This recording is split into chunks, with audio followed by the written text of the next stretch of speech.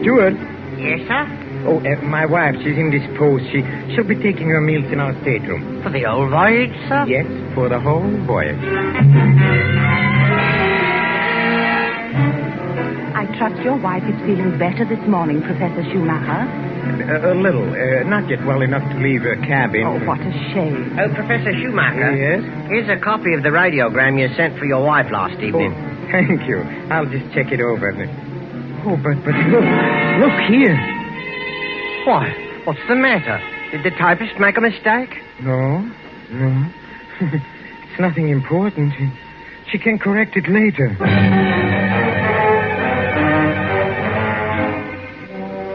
For a moment, I had a feeling that Hermione had been leaning over my shoulder again, correcting what I had written as she always did. I had written a radiogram to Professor Goodenough and his wife.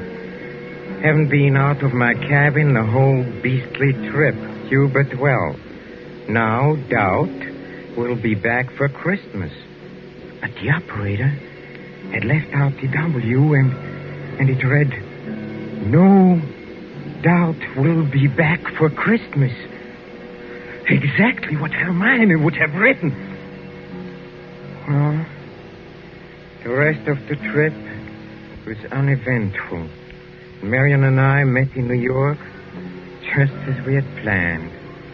Just as we had planned.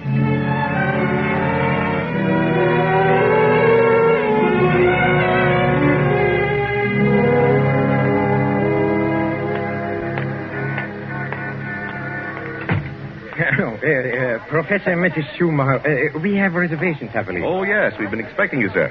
Boy, take Professor and Mrs. Schumacher's luggage up to their suite. You know, Mrs. Schumacher, you're quite a surprise. Oh? Your letter reserving the rooms was so thorough, I was expecting an older, more forbidding sort of person, frankly, ma'am. No.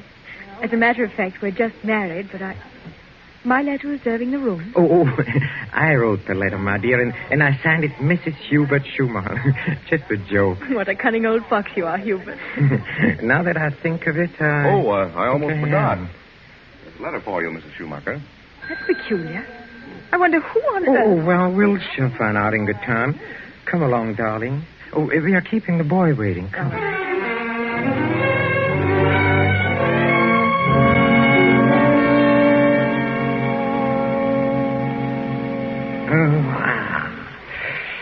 Nothing like a cold, brisk shower to put a man to rights. Hubert, this letter. Oh, yes, the letter. Oh, dry my hair, will you, darling? Please.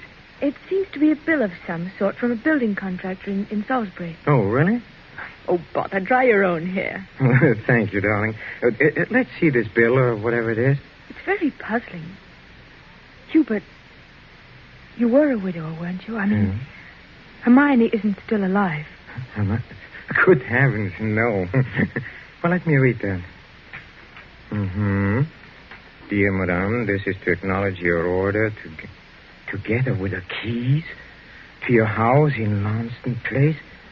Our man had no difficulty in finding the place where your husband had begun the excavation in the cellar, but apparently he changed his mind at the last moment and filled it in again. What is it, Hubert? Our man will begin digging tomorrow, and the job will be completed in ample time for your surprise Christmas present to your husband.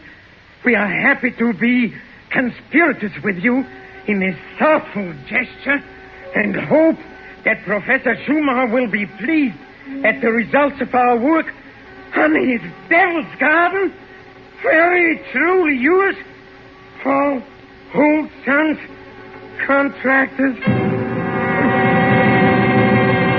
What does it mean, Hubert? Means that Hermione was right. I will be back for Christmas. I will be back for Christmas. I will back for Christmas. Back for Christmas. Yes, Hermione.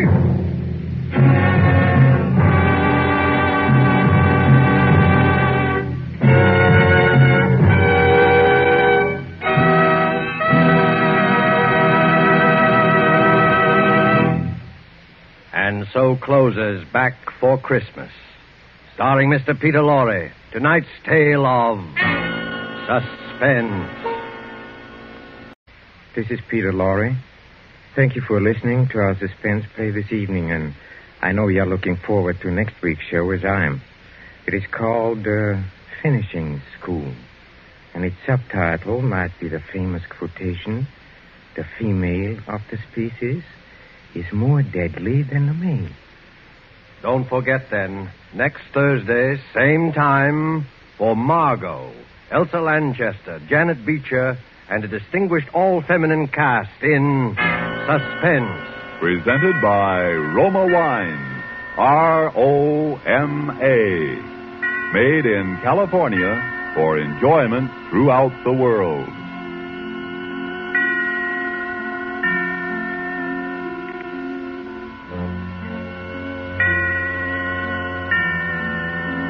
This is the Columbia Broadcasting System.